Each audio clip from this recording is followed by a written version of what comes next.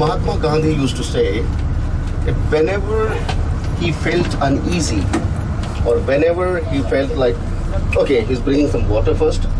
You don't want me to finish Gandhi's story. Relax.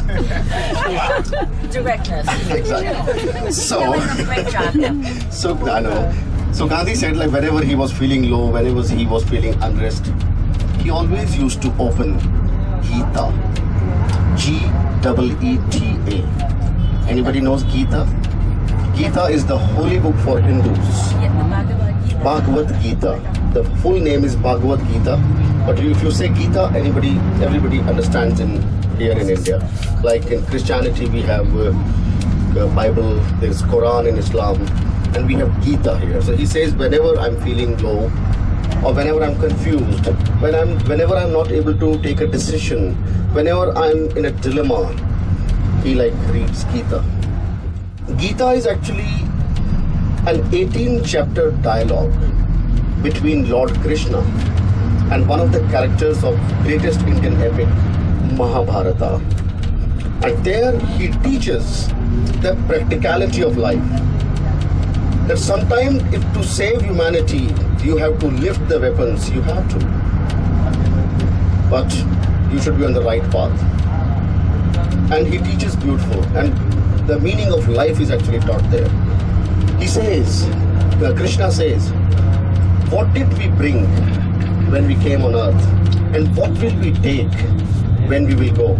So why to fight for what is temporary here? So that sort of things he teaches us. So I would like to start this day with a very beautiful quote of Gita. They say, smile, smile. Smile on your face is like God's own signature on your face. Smile on your face, whenever you are smiling, it's like God's own signature on your face. Do not rub it with the tears of sorrow. Do not wipe it with anger and ego. Do not compare yourself with anyone else, because you are God's creation, God's own creation, and God's creation is always beautiful. So smile. Yeah, that's from Gita. This is smile. So that like this, we'll be sharing more quotes from Gita. And then I also started to read some Buddha quotes. So maybe at some point we will read some Buddha quotes also. So today's quote is, smile. Whenever you are smiling, it's God's own signature on your face. Okay? Sometimes I love to share these things. But sharing a smile is, I think, the best thing in the world. This is another new term. Ghats are the steps by the water. Whenever we have the cremations in India, cremation sites are always by water body. So that after participating in the cremation, people can take bath before they get back to their home. Because when the body is cremated, some particles are in the air, which is impure, and it can touch your body. So you clean yourself, and then you go back home. So Rajghat is a cremation site for Mahatma Gandhi, where he was cremated. For information, he was assassinated. And I'll tell you that story later. It will be a little different. Oh, okay. Yeah. A little different.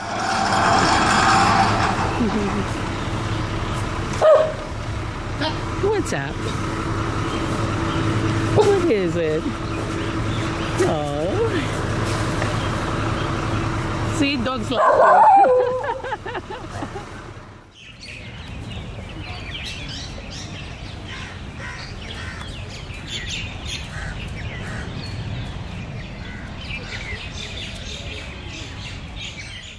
For Delhi. When we come for tourism, people might visit the monuments, India Gate, Qutub Minar, the mosque or the fort. But if any state head is coming, any diplomat is coming, ambassadors, this is the first place that they visit and paying their tribute, their homage to Gandhi. Mahatma Gandhi, his position in India is like equal to God. Every office, every house, you might see Gandhi somewhere.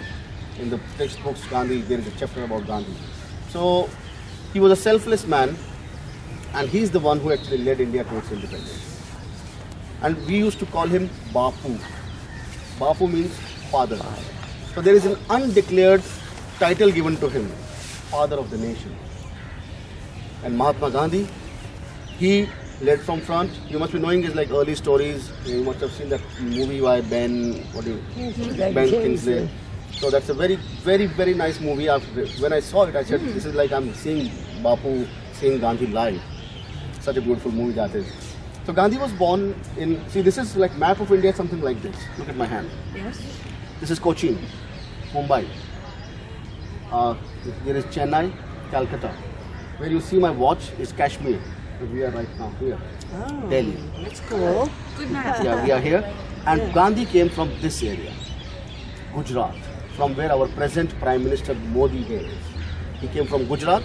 He was born in a good, rich business family. At that time, India was fighting for its independence. And one day, this boy Gandhi, he was in his college, in his school, and the kids were discussing that why are we not able to push the Britishers out of our country? And innocently, his friend said, you know, because we are vegetarians and they are non-vegetarians. So they are more powerful than us. And that made Gandhi, oh, if that's the reason, I should start eating meat. And being a boy of a vegetarian family, he started to steal money, number one, and used to go to the meat shop and used to eat meat products. But then he realized after some time that he was not doing right. So he confessed and he wrote this letter. He went to his father and kept it by the side of his bed. When Gandhi's father, he read that letter, he didn't say anything to Gandhi, but tears came out of his eyes, and that has completely changed the course of Gandhi's life. Because his father was hurt with that, but he didn't say anything. So Gandhi said, I have to be on the path of truthfulness forever and non-violence. And following that, he attained India's independence. He went to, after completing his high school here, he was sent to England to study law. But when he came back after studying law, he found that it was not meant for him. He was a complete failure in his practices in Mumbai. But then a chance was given to him by a company called Abdullah and Company. And they sent him to South Africa. And there, when he saw that there was discrimination between the whites and blacks, and something happened with him himself. When he was traveling in the first class compartment, he was thrown out. You coolie, you are not supposed to sit here. He said, I have the first class ticket. No way, just thrown out. And the entire evening he spent on the station in the cold weather, much colder than this. So there he said, no, I'm not meant for law, and my career as a barrister is nothing. So he started to work for the benefit of the depressed. When his glory reached India, Indians said, Bapu, you have to come here now. Then after that, for 35 years of his life, he spent in India fighting for the independence. Like you remember the Boston Tea Party? Something like that Gandhi also did here, the Salt March. When the British made us buy our own salt paying tax to Britishers, he said, no, it won't be done. And he started a campaign called Gandhi March. Gandhi is the place where he made his own salt. And he said, British, do what? If you are hitting me one, I'll give my another cheek, hit me one more. But I'm not going to lift. So he attained independence without lifting his weapons, his arms, and like with the non-violence. 1947, India got independent, but unfortunately only 4 months after that, 5 months, September, October, November, December, January. 5 months after that, 30th of January, he was assassinated. He was assassinated by a Hindu fanatic. And the reason for that, people give very many reasons. But sir, madam, I've studied this. The reason was that many Hindus believe that Gandhi also had his share of fault in creating or splitting India, or creation of Pakistan. Okay, it happened. But after that, Gandhi has extended a help of 550 million rupees from India.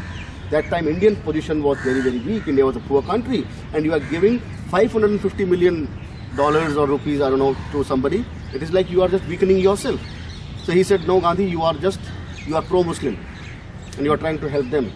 And on a regular basis, he used to do his prayers. So when he was moving out for his prayer, the man came.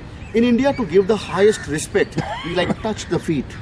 If I'm touching somebody's feet, that is the highest respect. So this man came, he was so close to Gandhi, everybody thought he's coming to touch his feet. He held his hand like this inside, took the pistol out, and from this distance, he shot 3. 1, 2, 3. And Gandhi collapsed there. He was a man with a 79 years old, weak man. and he could only say, "Hey Ram." These were, "Oh Lord," the last words, and he died. This place is known as, it's a house of a big businessman of India called Birla. So he lived his last 4 months in Birla House. That's where he was assassinated. But then his body was brought here, and this is where he got cremated. Cremation sites are always by the river Ganges, river Yamuna. It goes from there. Unfortunately, over the years, it has receded completely in this area. But earlier, we used to have water body here. So, cremation, this is the cremation site. When we are going to go inside, there are two ways to see it. If you want to go with me through the archway, see, there is an archway. If you want to go very close to that platform where he was cremated, where there's an eternal flame is there, we have to take our shoes off. If you do not intend to take your shoes off, there is a ramp. There is a ramp. And we can go, all of us, we can go upstairs and we can see it from the top. But a little distance. Let's go upstairs. Let's go upstairs because it is quite cold. So we see it from upstairs. But still, if somebody wants to go and touch that and want to go very close, I will still do that also. Okay? So please come this way.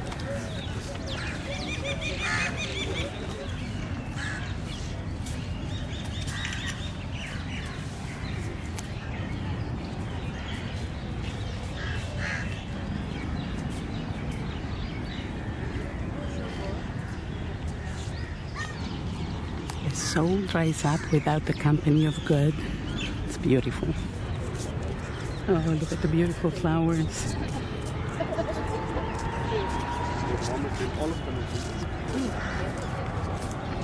See a new piece of information shared by my friend here.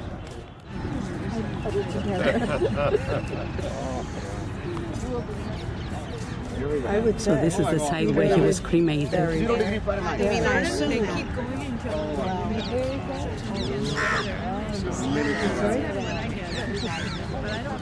I was last report doing this group between. See, I did some very interesting groups last month I was with Michael Douglas and Katrina Zeta-Jones. I traveled with them for 8 days. After that, I did a talk with the University of Minnesota. There were people from University of Minnesota. That's where I went. But we are the most beautiful. And you are the most beautiful. Well, you have a movie star. You had Catherine Zeta-Jones, and now you have us. This is- are his ashes here also? Well, see, you are reading my mind actually, Jeanette. I was about to tell you something, gentlemen. This is the cremation site, or let me stand here so that you can look at the site. This is the place where he got cremated. Gandhi kind of sensed that he is towards the end of his life. And I don't know what made him say, when I die, do not put me just in like one place. In the river Ganges, we immerse the ashes in the river Ganges. I belong to the entire country and put me everywhere. So when he passed away, his ashes were collected and then it was sprinkled in almost all the rivers by a helicopter in India. Wow. So that's how like his ashes went to, and he lives with us in every single state of India. That's how he's connected to all of us. Would you like to know quickly about the cremation ceremony? Yes, please. How they do it? See, the cremation ceremony is... India is a country where life is celebrated, birth is celebrated, and even death is celebrated. Because person has given the best of his years to the society, and now the time for him to bid farewell, adieu. So when person passes away, the first ritual is to give a final bathing to him or her. After the, if it is a man, only the male members participate in that ceremony. If it is a female, only the female members do that.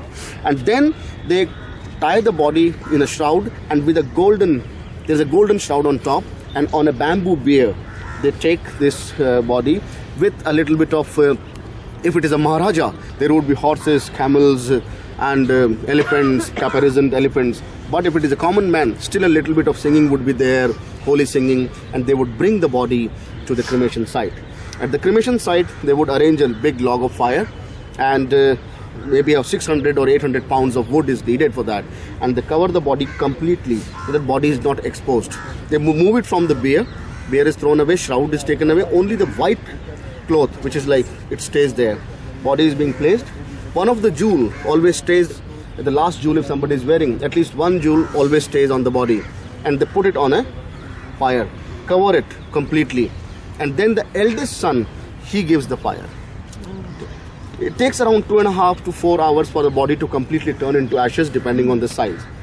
of the person. When they are burning the body, it is not only, wood could be of any type, but there are 3 more things, because it's a flash burning. But there is no smell at all, because body is covered with clarified butter, maybe sometimes 30 kilos of clarified butter completely, sandalwood and coconut. So that covers up, and some essential oils.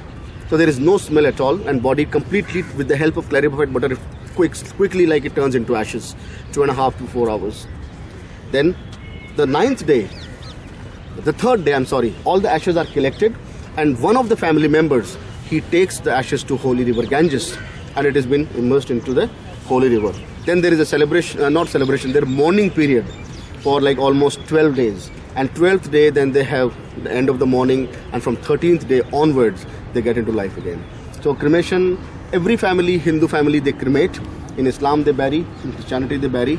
But in Hinduism, in Sikhism, in Buddhism, Jainism, they cremate. So that's how the cremation is done. Yeah. Until the body is completely turning into ashes, all those people who participated into the funeral, they actually stays there on the grounds. They don't leave it in the middle.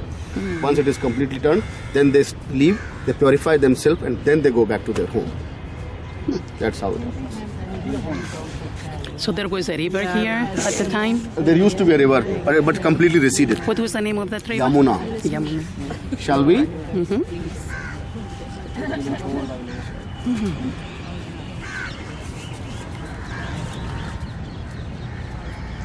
One of the best alike. He always used to sing a very beautiful hymn. And the meaning of that hymn was Vaishnav Jan ko kehne kahiye peer padhai jane. Hinduism is divided into 2 sects, Shaivist and Vaishnav. Shaivists are the followers of Lord Shiva, Vaishnav are the followers of Lord Vishnu. So he said, he was a follower of Lord Vishnu. He said the true Vaishnavas are those people who can understand the pain of others. A true human being is one who can understand the pain of others. So he used to sing it very beautifully. You allow me to sing? Yes, please. It's a very beautiful hymn which is associated with, again I'm getting recorded, I'm getting nervous. My voice is not that good. You have to sing it like that. The true human beings are those who can understand the pain of others.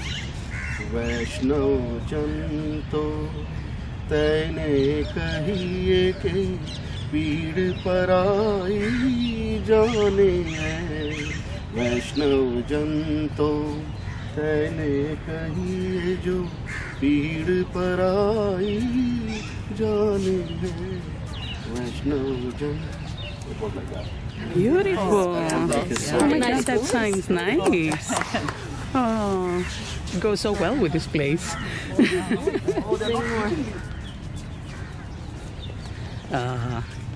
Actually, some rumors are true. The little dogs are saying goodbye to us.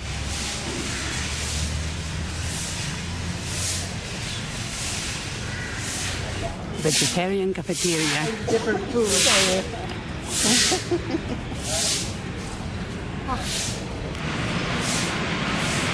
He was a remarkable man.